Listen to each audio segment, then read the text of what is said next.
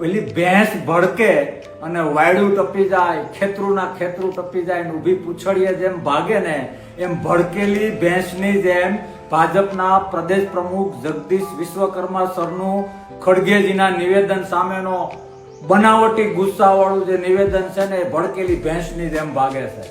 મારે તો એ સલાહ દેવી છે કે આમાં તમારે તમારા સપોર્ટર આમ આદમી પાર્ટીના 2-4 લોકોને બાજુમાં ઉભા રાખ્યા હોત અને તમે જે બોલો છો ને, મારે કોંગ્રેસ અને કોંગ્રેસીઓને પૂછવું છે ગુજરાત પ્રજા કેમ ટીકા છે. આવું બોલતી વખતે તમારે આમ આદમી પાર્ટી વાળાને બાજુમાં રાખ્યા હોત ને તમારા સપોર્ટરોને તો વાહ વાહ વાહ વાહ વાહ વાહ કર્યા કરે.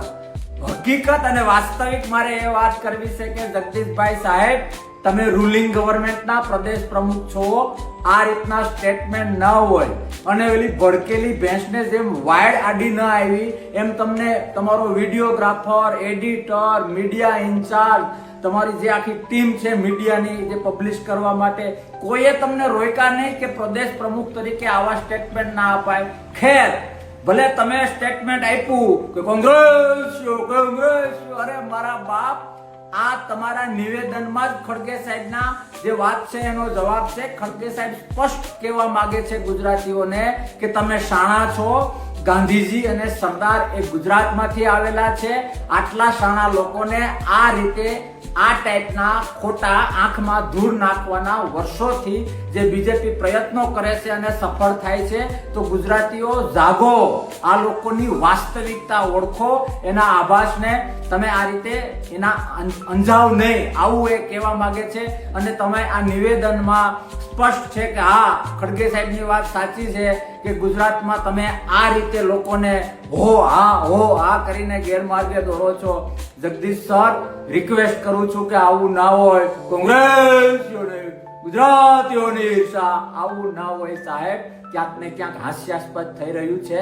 એક રાજનીતિ અને રાજકારણનું અપમાન થઈ રહ્યું છે, નિવેદનોનું અપમાન થઈ રહ્યું છે.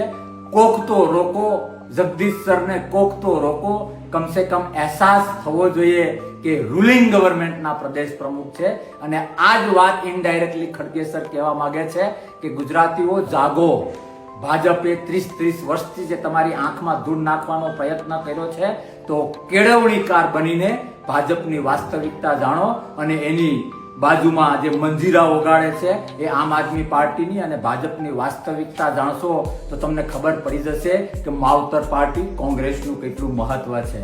જગદીશ સર, ભવિષ્યમાં પણ આવું હાસ્યાસ્પદ ગુજરાતને પીરસતા રહો, એના માટે શુભેચ્છા. જય હિન્દ, ભારત માતા કી જય.